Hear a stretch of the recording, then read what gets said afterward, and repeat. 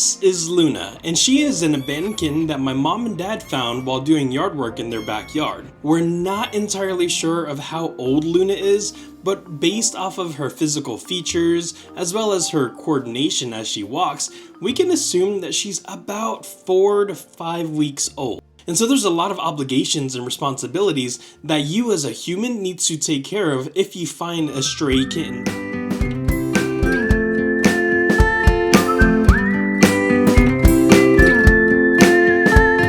What's up everybody, welcome back, or welcome if you're new. My name is Derek, and in today's video we're going to be talking about everything you might need to know before you go and adopt or foster an abandoned kitten.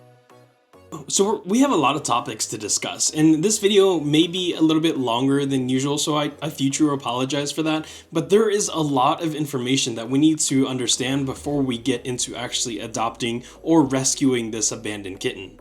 Starting off with number 1, and that's going to be determining if the kitten is really abandoned. A lot of the times the mommy cat will leave her kittens in a safe looking area so that way she can go hunt and then provide nourishment for her own self.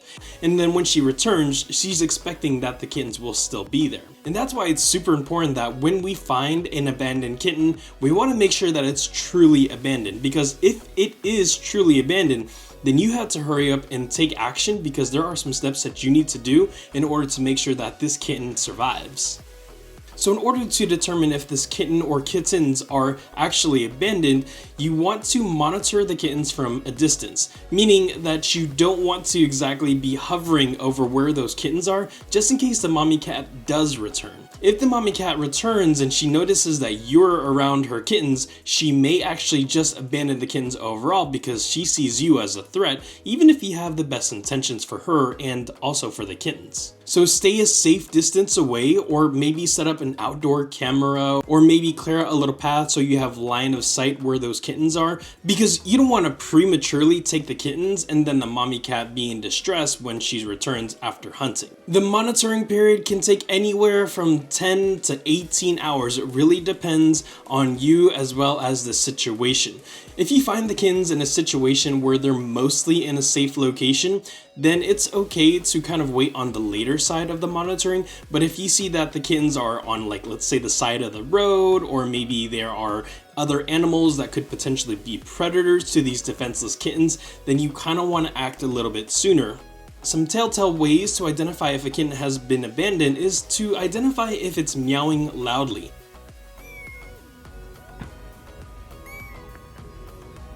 These kittens are super dependent on their mommy cats, and if their mommy cat hasn't fed them because they haven't been around, that's going to be a sure sign to identify that that kitten may truly be abandoned. But again, be sure to wait it out as much as you can for the potential of the mommy cat returning. So one thing you want to consider when you're looking at these kittens is trying your very best to identify the age of these kittens. And so if you're not a veterinarian or some type of cat or animal expert, it's okay to kind of not know that off the top of your head. I wouldn't, and I own a cat. And so the thing is you want to take a picture of that kitten and then do a reverse image search, so that way maybe Google's images will give a time frame, and then you can then kind of guesstimate how old those kittens are. And so before we even get deeper, the ultimate goal is to make sure that these kittens survive, so that way they can become little cats like this one right here. And some additional considerations when you're monitoring these kittens is to look at their environment. Are they in a cold area? Are they shivering? Are they in a wet location? Are they on the side of a road? Are there other predators around? And based off of those factors, which is going to be highly subjective to your situation, you're going to have to make the best possible decision to maximize the highest potential of these kittens surviving. And so now let's say you've monitored the kittens for X amount of time and the mommy cat hasn't made any appearances. So let's just go ahead and say that this kitten is now abandoned. You want to look at the condition of the kitten or the kittens, because of the fact that you have to make a quick physical assessment of where this kitten is at. Are there any injuries? Are there any open sores? Are their eyes crusty? Are their noses runny? All of those factors play a role with how you're going to be able to take care of this kitten. And so now that you've obtained the kittens and you've evaluated their physical status, If you're going to keep these kittens in your house, you want to make sure that you're creating a safe spot, a safe place for them to sleep. These kittens are tiny and sleep is super important to them, so make sure that they have their own little crates. Maybe they're in a little box and they're in a separate room from other animals, because these kittens are 100% defenseless at this point. Keeping their little crates or box warm and comfortable is going to be pivotal, because the kittens are going to be tiny and their warmth is just going to evaporate out of their body if they aren't kept in a nice and secure and warm area. By keeping them warm and in a safe location, you have the potential to prevent these three things. The first one is going to be hypothermia, and that's going to be where the core body temperature of an animal, in our example a kitten, their core temperature is going to get dangerously low, and sometimes it's irreversible. The second one is going to be hypoglycemia, and if you're not familiar with that term, it's essentially going to be the lack of glucose in the bloodstream, which again could be irreversible if caught too late. And the last one is going to be pretty universal for all living things, and that's dehydration. If your animal or your creature or even yourself, if you're not staying well hydrated, a lot of bad things are going to happen to you, your body, and then a lot of bad things are going to happen to that kitten. And so by making sure that the kitten isn't experiencing hypothermia, hypoglycemia, or dehydration is going to radically improve the chances of this kitten surviving. And so there are a whole bunch of technical terms and metrics and clinical terms that we should all be thinking about for the well-being of these kittens. However, I'm not a veterinarian and neither are my parents, but we're all here on this earth to make sure that we're providing the best possible life to other creatures, and in our example, a kitten. So if you are super concerned about these kittens and you want to give them the best possible care, you can take them to the vet and tell the vet that you found them, and they will completely understand what you're going through, and they will also help you to make sure that you're nursing these kittens back to the best health possible. If you're planning to adopt a kitten, or maybe you have already adopted a kitten and you want to know some tips and tricks for just the basic cat fundamentals for cat ownership, click on this video right here because I already made one for you. So a really quick recap of this is going to be making sure that the kitten is in a warm location and that they're near a heat source. As for the hypoglycemia, make sure that you go to the nearest PetSmart or nearest animal store and buy one of those glucose monitors, so that way you can identify if this kitten's blood glucose level is too high or too low. And so the last point here is going to be making sure that you're keeping the kittens hydrated. And so kittens typically aren't going to drink water, and if you are going to be bottle feeding these kittens, please do not give the kittens cow milk. And so contrary to popular belief, cats are lactose intolerant. So if you give that kitten cow milk, they're most likely going to have diarrhea or some vomit, which then exacerbates the dehydration aspect of what you're trying to do, which is hydrating them. And so in order to keep your kitten hydrated, you want to make sure you go to places like PetSmart and Animal Store, and then check and see if they have any kitten milk formula supplements. And that's going to be the best milk formula that you could give to these kittens until they start eating actual physical food and then drinking water as well. And if the kitten is super duper tiny, then you're going to actual animal bottle feeder, so that way you can actually bottle feed this kitten until they are able to eat on their own. So keep in mind that if you are going to be bottle feeding these kittens, that you have to follow the directions to the T, because of the fact that that's going to be the best formula to water ratio to provide nutrients and hydration to the kitten. Does this kitten actually still need milk formula, or are they a little bit older where they're able to eat solid foods? And you just kind of have to do your research or maybe consult with a veterinarian, because if this kitten is old enough to have dry food or solid food, then you want to start giving those more nutritional solid foods to the kitten, because they're capable of doing so. If the kitten is super young, where maybe they haven't even developed a full set of teeth yet, or maybe they haven't even opened their eyes, then that kitten is going to be 100% reliant on that milk formula supplement, so that way they're able to get that nutrients as a kitten, and then eventually they're going to wean and start eating the physical food.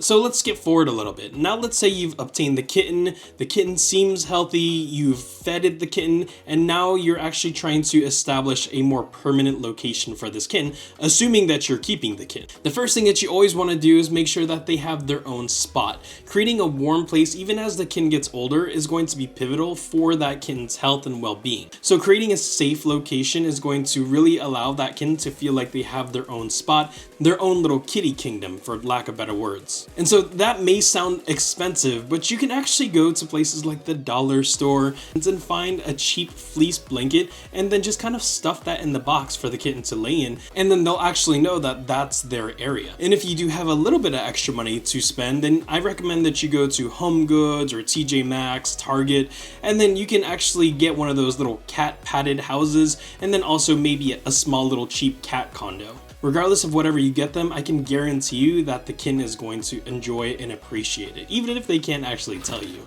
Alright, so now let's talk about hygiene. And for cats, hygiene can actually be very important, especially as they're younger. So if the kitten seems like they have some type of infection, maybe their nose is runny or their eyes are crusty, that's a bad sign. You want to make sure that you bring that cat to the vet and make sure that they are going to get the proper types of medication to kind of just bring them back to normal health. Also, you want to take the kitten to the veterinarian to make sure that they don't have any worms. I'm not a big fan of worms in my cat, and you shouldn't either. So making sure that you take your cat to the veterinarian to get dewormed is actually going to improve the overall nutritional and health benefits of the kitten as it gets older.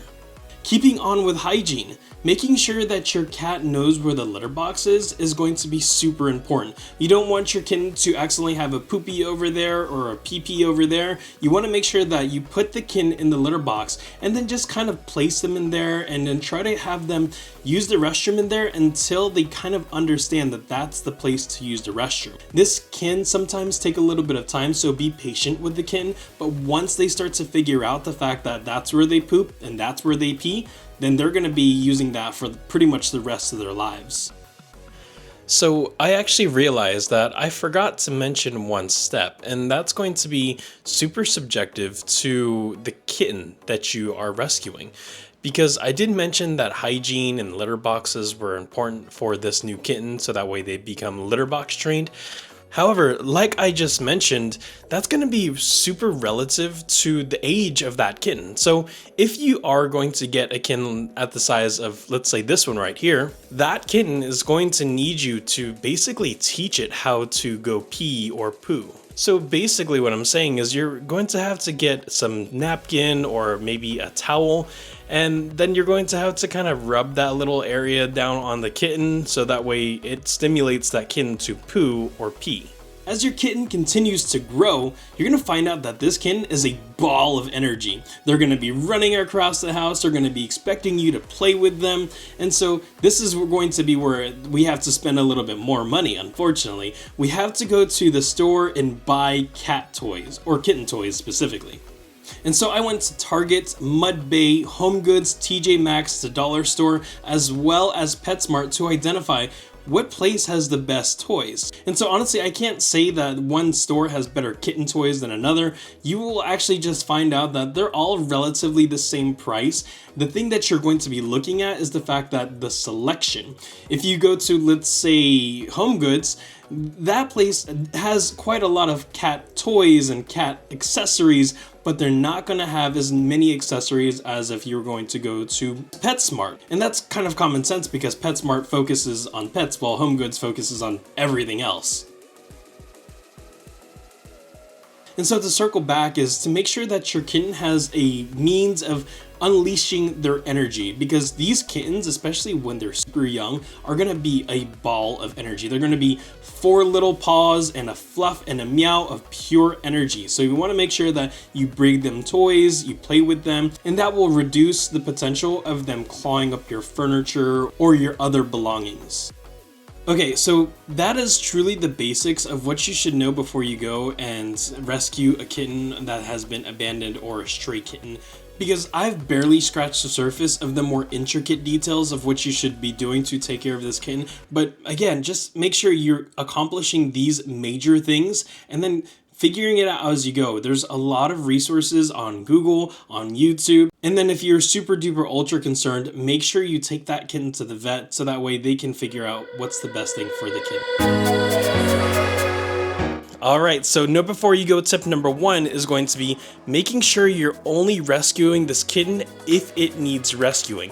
Monitor the kitten, make sure that this kitten is truly and definitively abandoned, because you don't want to rip this kitten away if the mommy is actually going to return. Know before you go tip number 2 is going to be making sure that this kitten has a nice and warm spot that it can call its own.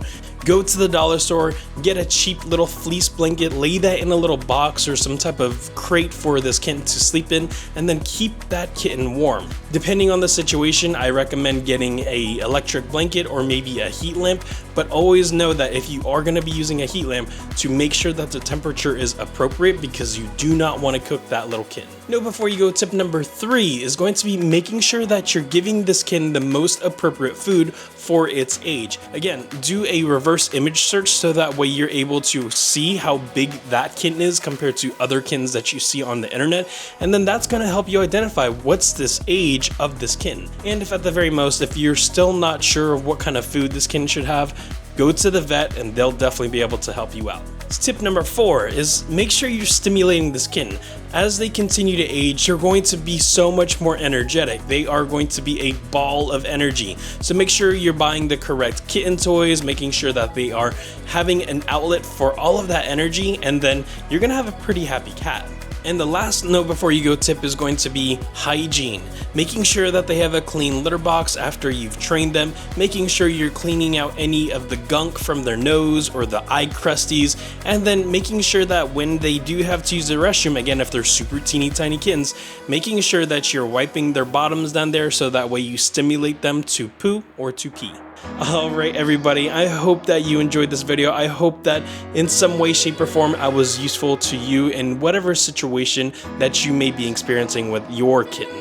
I'll see you in the next one.